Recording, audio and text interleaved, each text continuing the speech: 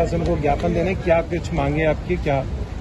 देखिए, सवाई माधोपुर ईदगाह जो है उससे लगती हुई 1725 और 1726 खसरा नंबर जो जमीन है उसके 31 बीघा 12 बिस्वा जमीन है। उसमें से कुछ जमीन पर भूमाफियाओं ने किसी भी तरीके से साजबाज करके और अपने नाम करवा लिया, और करवाने के बाद उसको मालिकाना हक नहीं होने के बावजूद भी उसमें प्लॉटिंग करना शुरू कर दी है। ना तो 90B की कार्रवाई है उसमें, ना उसमें किसी भी किस्म की जो है कानूनी एतबार से उसकी इजाजत है ना।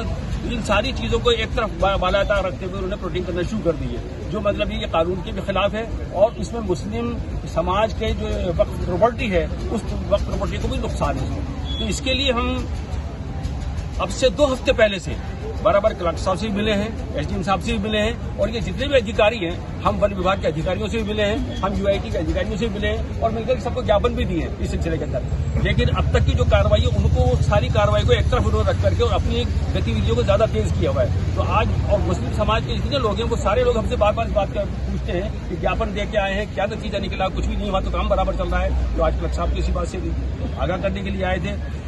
नहीं मानते हुए, नहीं कहते हुए भी सारी भीड़ हमारे साथ चली आई, इसको रोकते रोकते भी, और इसको आपने देखा कि रोका है हमने इसको। तो कलेक्टर साहब की बात कह करके आए हैं कि जन आक्रोश है, पूरे समुदाय के अंदर एक बेचैनी है इस बात की कि उस काम को रोका जाए और ईदगाह को और वक्फ जमीन को जो क्षति हो रही है उससे उसको रोका जाए, उससे बचाया जाए। वर्तमान में जो जमीन है जिस पर कब्जा है वो जमीन किसके नाम थी?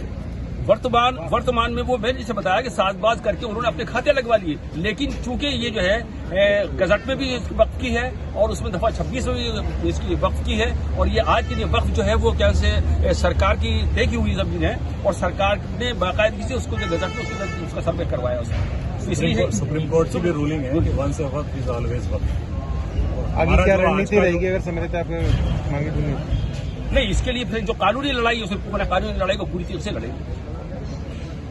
जो कानूनी लड़ाई है उसको लड़ने के लिए पूरी तरीके से हम आगे तक जाएंगे।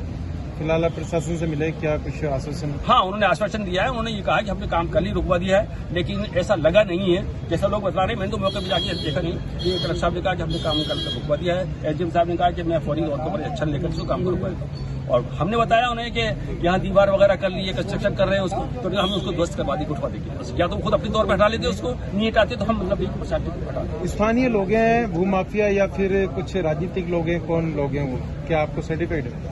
नहीं, वो भूमाफिया लोग हैं उसमें ये पता नहीं चल रहा है कि कौन कौन है, लेकिन अभी जो मुख्य चेहरा है वो श्याम प्रॉपर्टी डीलर है, और उसका हमेशा से काम यही रहा है।